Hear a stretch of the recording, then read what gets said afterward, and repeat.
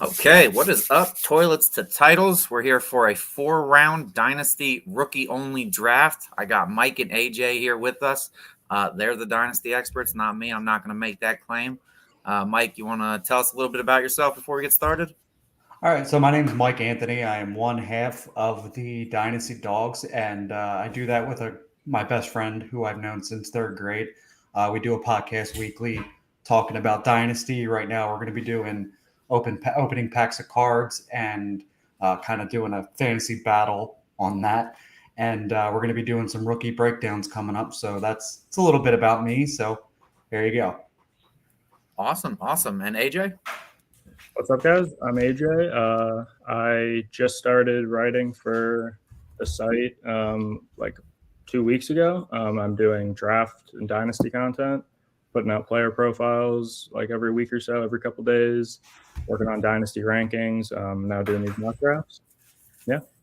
So that's something I probably should have mentioned as well. I'm very new to this. So I forgot to mention I am also writing articles for the site and doing some player profiles for the website. So, and we're going to be doing this rookie draft every week on Wednesday nights for the time being, changing it up every now and again too. Okay, awesome. So if you guys are wondering where they're talking about toilets to titles. You can find us on toiletstotitles.com. If you want to hook up and get in here with us, we always chat up on Gilded. The Gilded link is right there. You can hop in there. We chat football all day. We chat the draft. We chat the combine. There was an argument between all the Eagles and Dallas fans earlier. It's a great time. Come on over. And it was me and the Cowboys. It was mostly you. So, come over, have a good time, and we'd love to have you guys there. So we're going to pull up the draft and get started here. And I guess I'm in the 1-1 spot again. I don't know too much about Dynasty. It's my first year. I started Dynasty last year. This will be my first rookie draft this year, so I decided to do some mocks with these guys, and hopefully I can learn some things. Now, this is Superflex. Mm-hmm. Okay. Sure. All right. So the quarterbacks are a little bit more important. Right. So normally I'd probably say I'd take Marvin Harrison because, he's supposed to be a great, number 1 overall prospect, but I'm probably going to lean quarterback here. Well, to be honest. Can I go ahead and start the draft, or do I have to? Yeah, go ahead, AJ. I mean, to be honest, depending on your team build, Marvin Harrison Jr. wouldn't be the worst 101, Yeah. So that was my main curiosity with doing something like this, is knowing who or what the rest of my team looks like. But just basing it off of Superflex and not knowing what the rest of my team looks like, I think I'm going to go with Caleb Williams. I mean, he's just a safe pick at the 1-1. Yeah, I think he's going to be the 101 in just about every league. There are plenty of Caleb haters out there, but generally, I think he's going to be the 1-1. And with that, Marvin Harrison. Yeah, that didn't take long. Neighbors at 3. Yeah, that's interesting. Well, and I'm seeing people compare Neighbors as possibly better than Marvin Harrison. Do we know if is Neighbors performing at the combine? I know Harrison isn't. No, neither one of them are not. Okay. I do think Neighbors said he's running at the pro day though, which Harrison is not. I think you're right. I do think I saw that as well. I've been in a few dynasty startups this off season, and I want to run it by you guys to see what you think. Neighbors has gone a few picks ahead of AJ Brown. How do you guys feel about that? Yeah, that's a little too rich for me. Yeah, it's too rich for me as well. Yeah, that's too early. I'm not even sure I'd take Marvin Harrison. Maybe Marvin Harrison, but probably not still. I trust that Jalen Hurts will, get back on track with AJ Brown. Mm-hmm. And AJ Brown's still young. Yeah, he's 25. I mean, he's done it with Jalen Hurts. He's done it with Ryan Tannehill. So I can pretty much say he's quarterback proof at this point. You would hope. I hope. So we'll see. His biggest limiting factor is probably just the volume, the passing volume of whatever offense he's on. Devonta Smith is going to take away from him a little bit no matter what, especially since him and Jalen were in college together. They have that connection. Take Jaden Daniels there. So Is that you there picking it? Yeah. Yeah, I will say I do personally have Neighbors as my wide receiver one. Oh, okay. Harrison, I mean, they're both all three of the top guys. Odunze too are awesome, and I don't think you can really go wrong. But Neighbors is just, I guess, JJ McCarthy is the one. That's a little early, and I'm a Michigan fan. He's picked up some steam lately, to be honest with you. So I think a lot of obviously not Corum because it was a running team, but I think McCarthy and Roman Wilson have a chance to move up in the boards just because they didn't really get the showcase at Michigan, but they're both talented people who did well enough to win the national championship. Like, it wasn't like they were scrubs. They just didn't get, noticed enough or used enough. Rich on YouTube says, I would take Harrison before AJ Brown. I've seen that too, and I've actually flip-flopped between the two, so I'm okay with that. It's just Neighbors I don't feel as comfortable with. I think Marvin Harrison steps in, and he's essentially a top 5-6 dynasty wide receiver going forward. Neighbors is probably right now closer to 15 for me. I haven't plugged him in just yet. To be honest, I have Rome Odunze above Neighbors in my rookie rankings. I just like what Odunze brings to the football field a little bit more than Neighbors. I think Neighbors is the more explosive wide receiver. Don't get me wrong, but Odunze I feel is a little bit better of a route runner, a little bit better, has a little bit more exposure in the route tree, and I like his size just a little bit more. I kind of have a thing for bigger wide receivers. So that's one thing for me with that's the right pick there. Yeah, Brock Bowers. Bowers is the right pick there. I was curious. He's definitely the most talented tight end in the draft. That's a steal right there. My question for the wide receivers, one thing that is harder in college, like Neighbors had Jaden Daniels thrown to him, who we consider heads and tails above Penix. You know what I mean? So does Odunze get some more points over Neighbors because he had a lesser quarterback and still did as well? Not really. It's just the talent wise, I find Odunze just a little bit better. It's just a personal preference type thing. So I have Marv in a tier of his own, and then I have Neighbors and Odunze in the same tier, to be honest with you. Rich said Neighbors. He meant Neighbors here is round 5 or later. Yeah, that's where I pretty much, or Neighbors in the 5th round in a startup. Yeah, I think that's what he means. I've seen him going a lot earlier than that, but all right, we've had a couple picks here that we haven't mentioned. So Bowers at the 108, yeah, that's a steal. I mean, you could make an argument he's the best player in the draft. I think landing spot is going to be important with him and like how exactly he's used, but the talent, I mean, he's ridiculously talented, great player.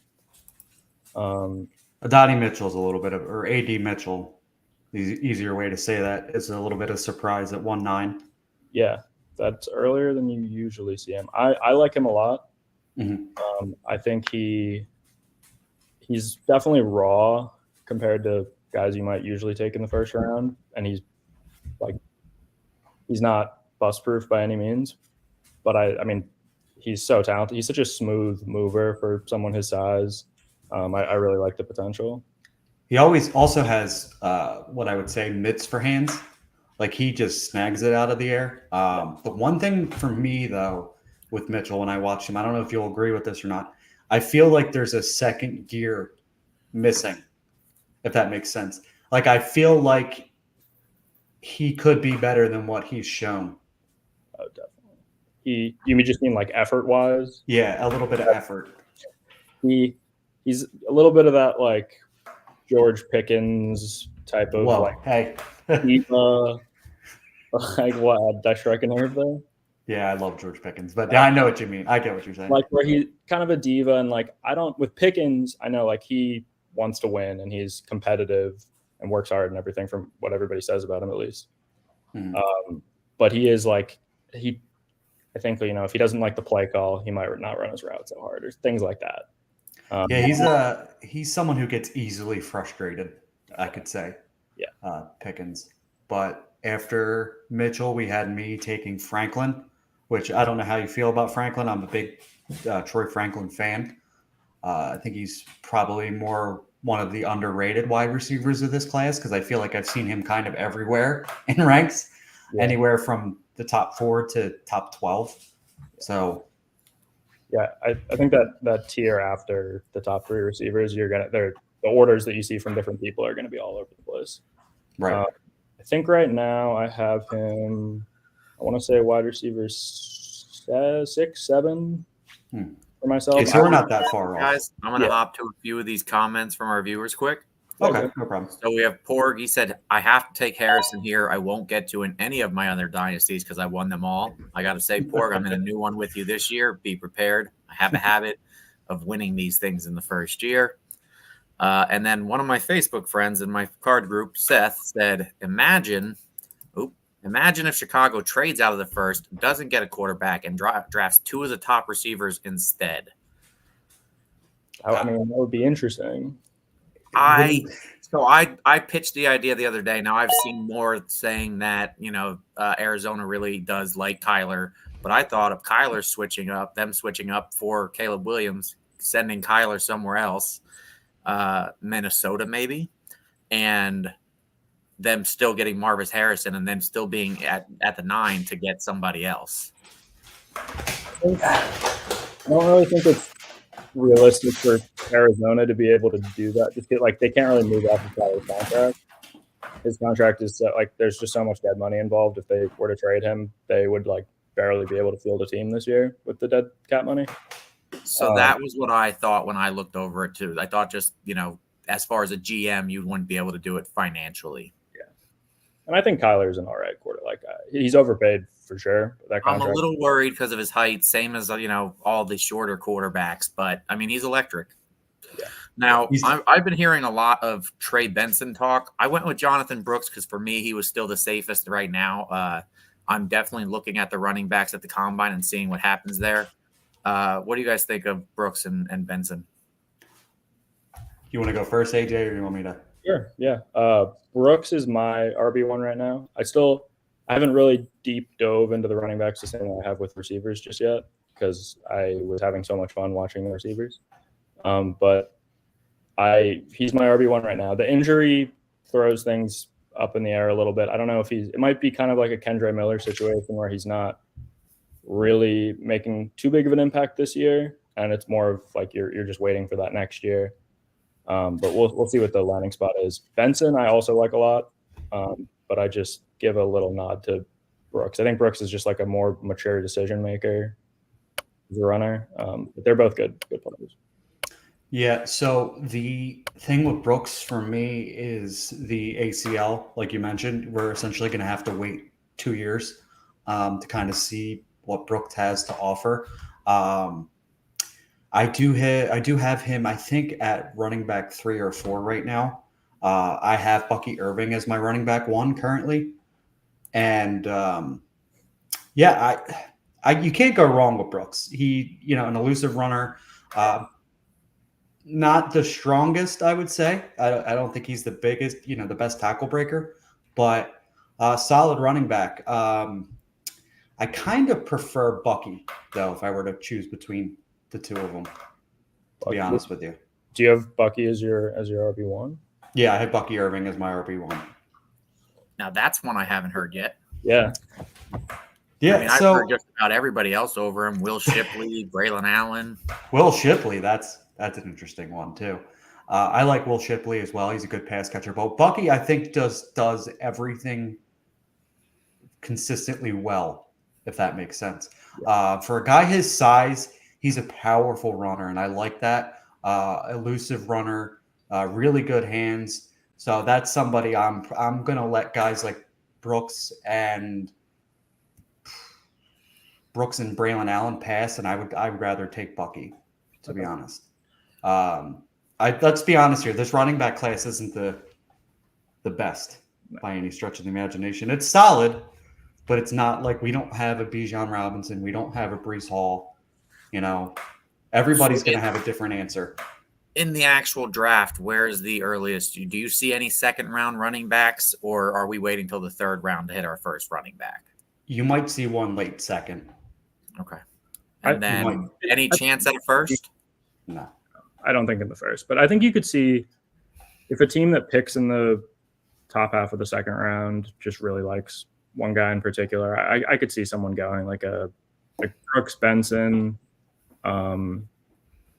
maybe a Corum if a team, because certain teams I think are going to like him a lot, could go higher, but I think probably you'll start to see like the back half of day 2 is where most of those guys will go.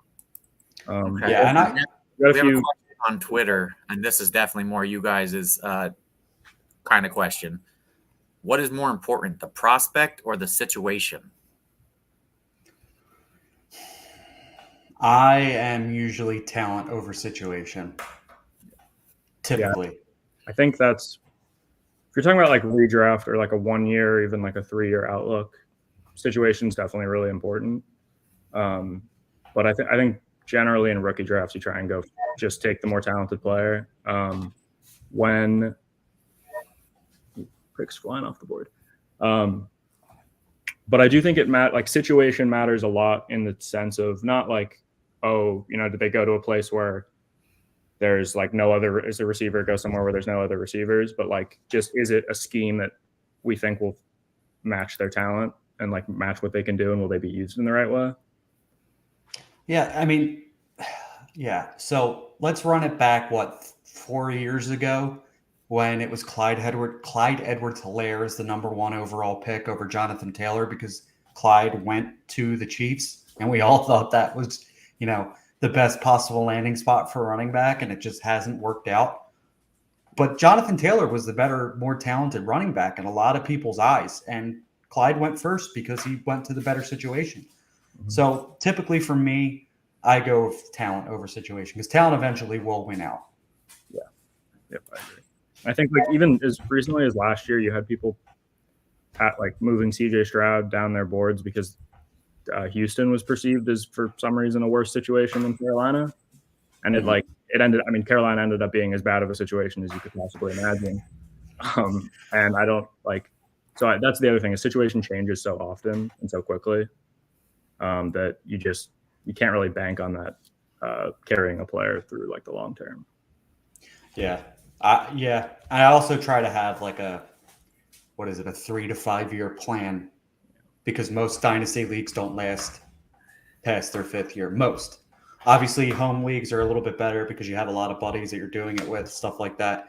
So I try to have the best talent available to my team and not so much the situation. Okay. Have you guys dug much into these tight ends? I know nothing beyond Bowers for this year. I know a little bit. You want to walk me through a little bit of it? Can we, before we talk about some of the tight ends, we just want to catch up on some of these picks that. Yeah, absolutely. Like quick little thoughts. So I guess we talked about Franklin. Brian Thomas Jr., probably the most often thought of as wide receiver 4, I would say. Mm-hmm. So getting him at the 111 is, I think, generally good value. Keon Coleman at the 112. He's going to be probably one of the most polarizing. That's exactly what I was going to say. Yep. Yeah. The physical abilities are very impressive. People don't like the route running. I think he's a solid route runner. I think combination of the way he was used and his skill set not really matching with the quarterback's skill set at Florida State kind of hampered him a little bit. So I'm a fan of him, but I get people not being. I am too, believe it or not. He is uber athletic, and he's going to most likely crush the combine. He might, if he goes like that, I know we just talked about talent versus situation, but he is uber talented, like we mentioned. But if he goes to a team like the Chiefs or like the Buffalo would be better. Whatever the Chiefs is going to fly up draft boards. Yeah, but like him there would be absolutely perfect. Definitely. Who else? We got Coleman, and then you took Brooks, which we talked about briefly. Bo Nix, I believe, was the next pick after that, and then Sanders. Sanders I like a lot. I haven't really dug into these tight ends too much, other than the, Bowers, Sanders.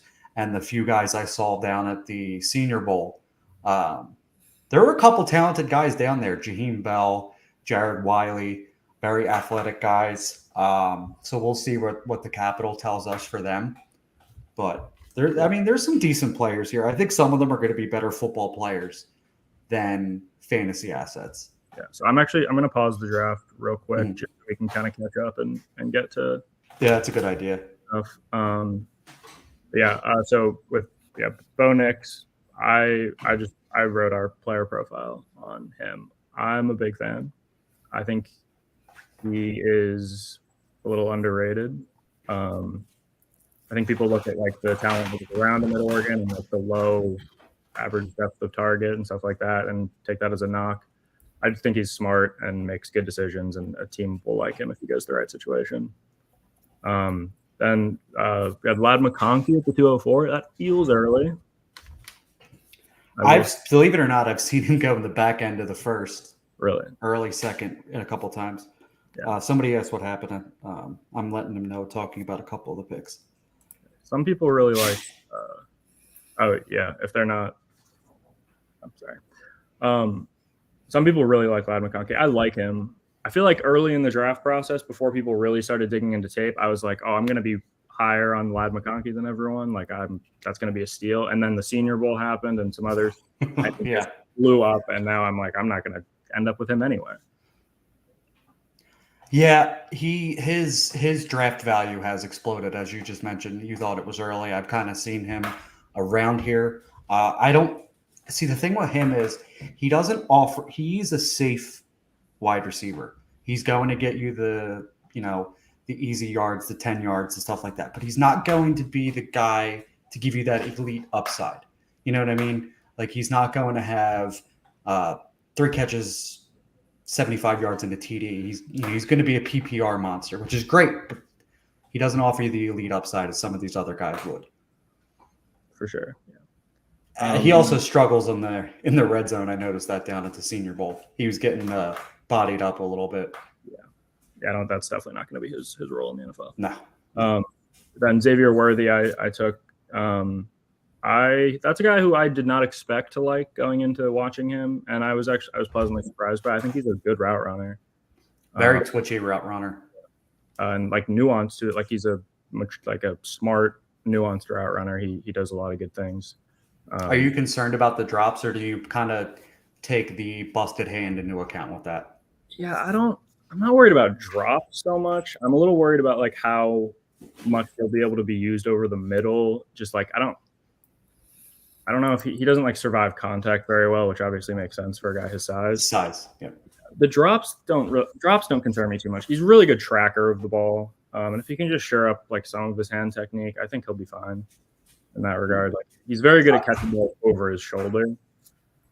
I think where you got him is good value too. I would have taken him over Lad, to be honest with you. I know the analytics guys love Worthy because he dominated as a true freshman. Early breakout age and stuff like that. Yeah. Then we get 3 running backs: Blake Corum, Trey Benson, Will Shipley. I don't know that I feel like Will Shipley isn't going to end up being this high come draft time. I've heard a lot of people. I like him. I've heard a lot of people not really be high on him. He's solid. He's going to be like your again. He might be a better football player than fantasy asset. He does catch the ball pretty well. I'll give him that. Yeah, that's something. I'd rather take a swing on like a Dylan Labe later on in the draft, who caught 65 balls this year. Love me some Dylan Labe. Yeah. Yeah, then we talked about Benson. Corum is he's a smart runner. He'll get what's there. He's not overly explosive, but you kind of know what you're getting with him. And then just to fly through some of these so we can get started again. Xavier Legette. I know the guy who took him went to South Carolina. But I didn't love what I saw from him on tape. I've heard good things about him from like people I respect, but I don't know. I didn't really see it. I'm 50-50 on him, to be honest. Like, he could go either way for me, but I'm probably avoiding. Yeah. And the analytics guys are not going to like him. No. Malachi Corley, fun player, not someone I haven't been able to really find any tape on him, but just what I have seen, super fun player, good after the catch. Obviously, people will call him Debo Samuel. I love Malachi Corley. I like these, we're the Dynasty Dogs for a reason. I love the guy with the major dog mentality, and Malachi Corley has that. I also think, like you mentioned, obviously the yards after catch is great. I think he's a better route runner than people give him credit for because of, the low A dot. I believe it was less than 4 yards or something like that, or 5. I forget. But, what I saw at the Senior Bowl was a guy with some good footwork, was able to get open. So I think he's going to be a riser come the combine. Yeah. I'm just going to put this comment up here. I think this might be a bold move or a bold statement. But Ben over on YouTube says Xavier Legette was what a snag, offensive rookie of the year. Yeah, that is another Carolina alum right there. I don't know about all that, but we'll see. I will say I do think he's going to have a long NFL career because he'll play on special teams. He can return. He can be a gunner. Everything the South Carolina coaches said about him were really positive, like hard worker, all that kind of stuff. So I do think he'll have a long career. I just don't know about the production ceiling. And then we talked about Bucky Irving, Michael Penix, another kind of polarizing prospect. I'm a little down on him compared to where I was hoping to be. But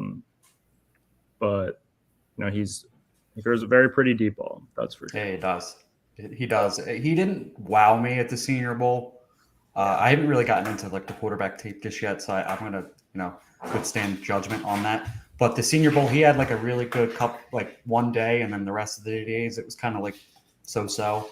So it is what it is.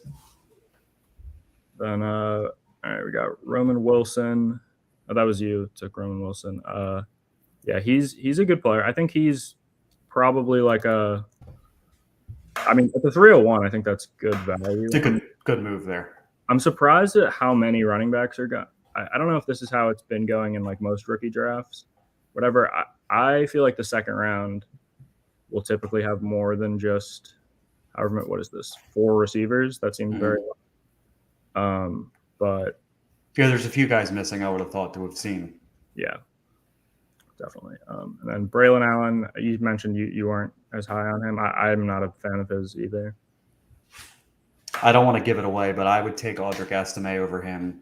And they're essentially the same player, but I would take Estime over him in a heartbeat. Me too, for sure.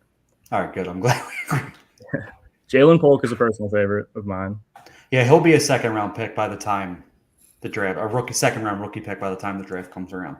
I'm interested to see him run at the combine, actually, because he's going to have a nice 40, I'd imagine. That's the thing I can't really I can't gauge so well on film is I can't tell how fast he is. Right. He's phenomenal in contested catch situations, and just his general receiving skills are I think probably the second best in the whole class of people I've watched outside of Adinze. I really like him. Yeah, I agree. And then Marshawn Lloyd, I haven't had much of a chance to watch. I don't know if you have thoughts on him. So I just wrote an article for Toilets of Titles on Marshawn Lloyd, so I'm glad. I was actually going to mention that somebody had dropped an article today about it, and I didn't know who it was. So that would be I am a big Marshawn Lloyd fan. I have him currently as my running back 3.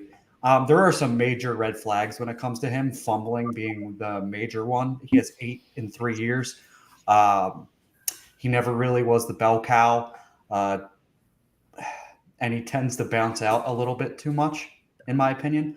But you're going to get an explosive player, a guy who can make people miss in the open field. A guy, like I said, bounces out too much, but he can beat the edge defenders. I've seen him do it a million times.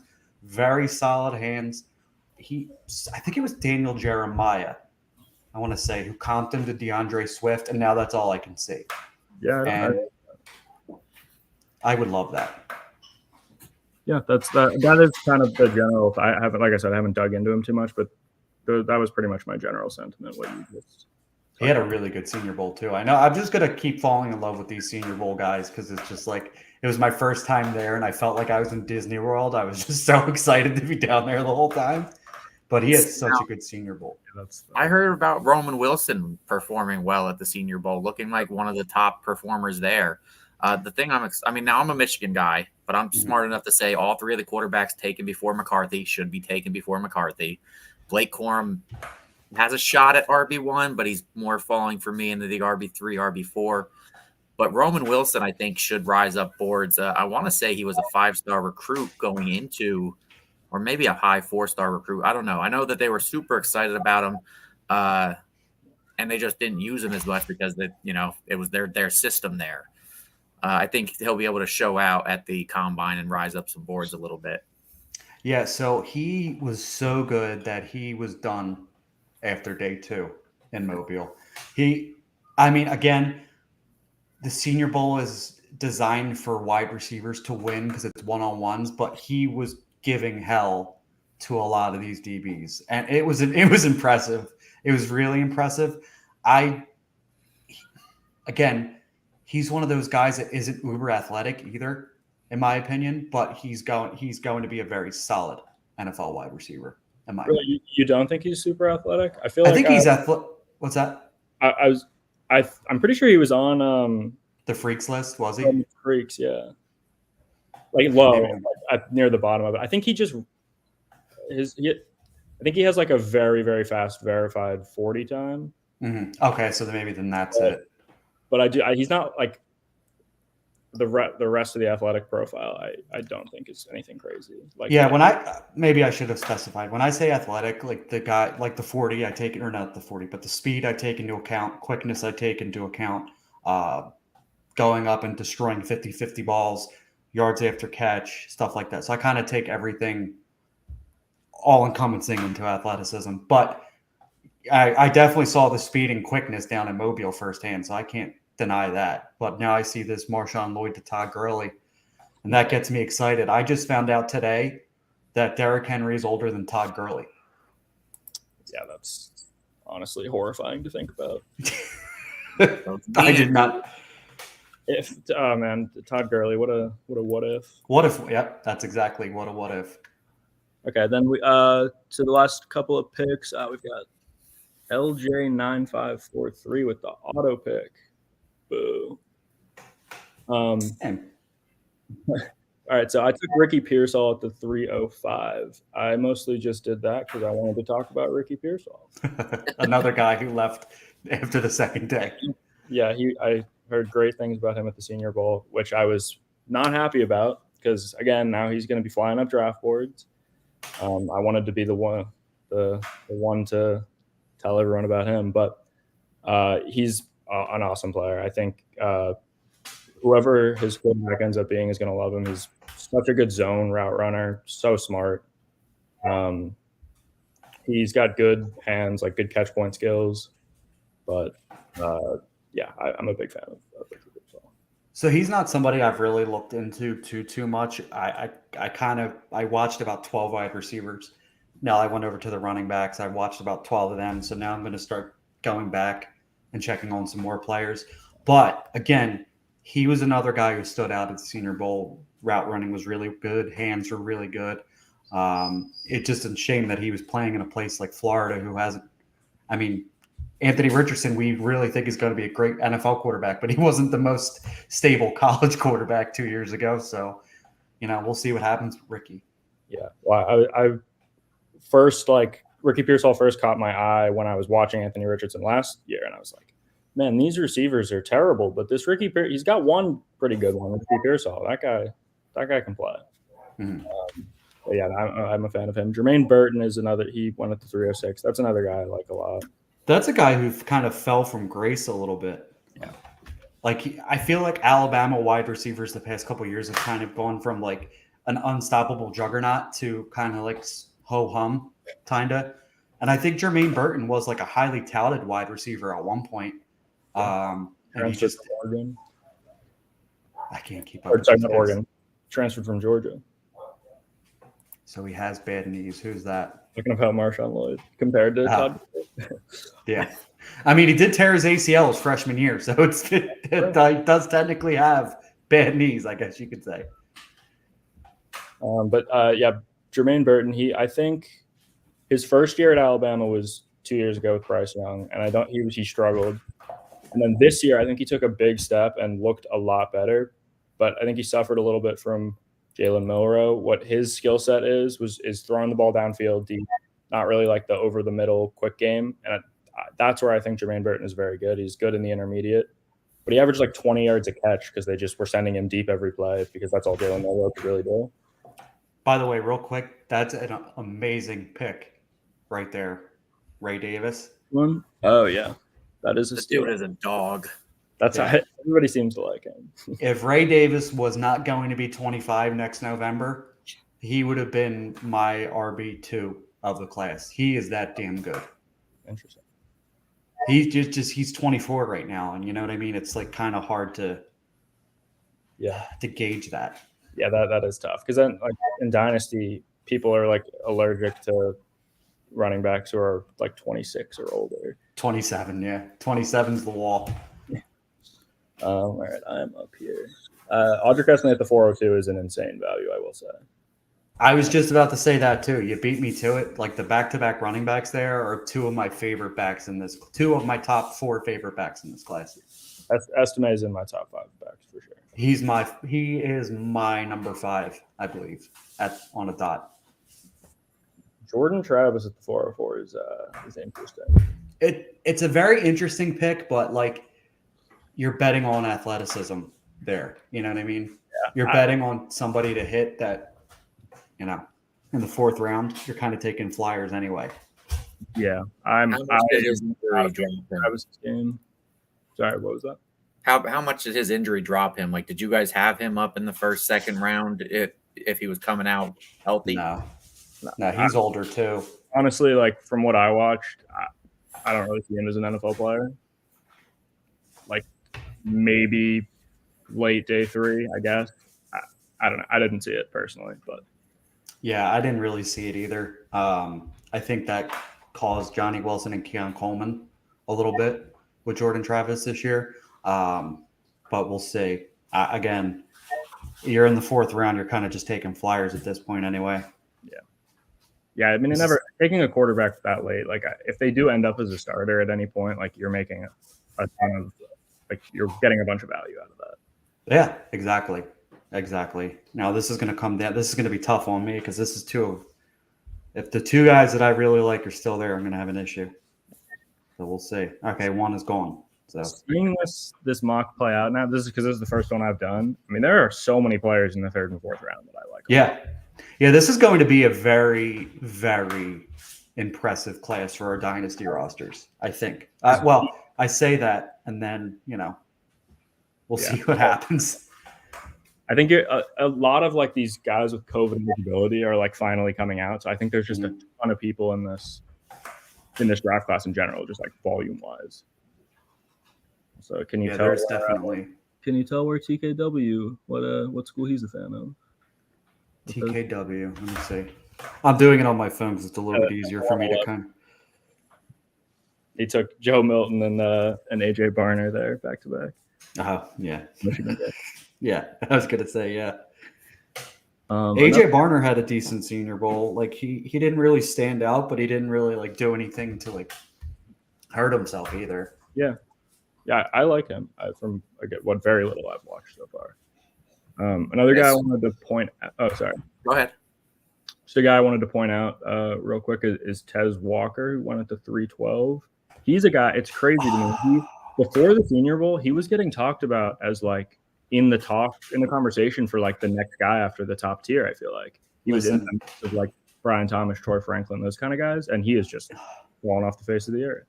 This man broke my heart, to be honest with you. The Senior Bowl?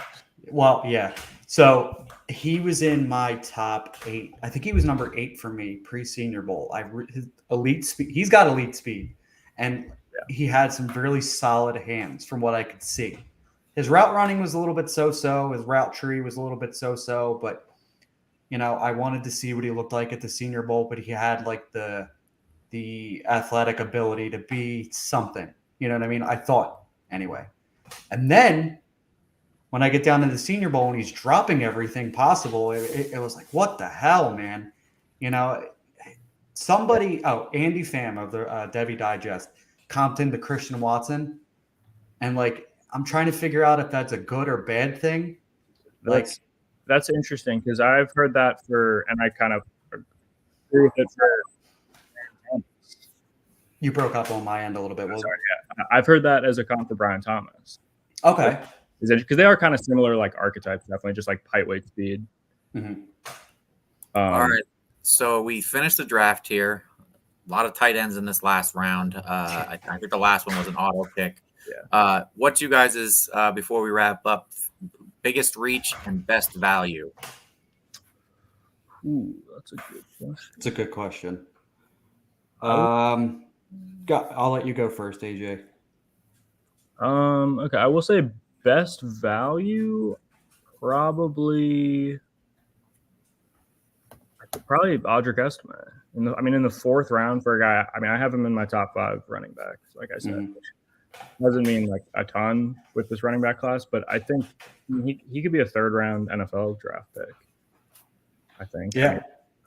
I think he's another guy who's just like solid, like powerful back who like is going to be at least like a decent NFL player. So I think NFL teams are going to like him a lot. So I think Audric Estime again is the best value. Again, like you said, he's going to be a 2nd, 3rd round rookie pick. Yeah. By the time this is done. Right. I also think Ray Davis in the 4th round is pretty good as well. He could, I talked about how old he is. He's father time, but if he gives you 2 to 3 good years, you might be perfectly solid. And I think he's going to be a 3rd round pick. The biggest reach.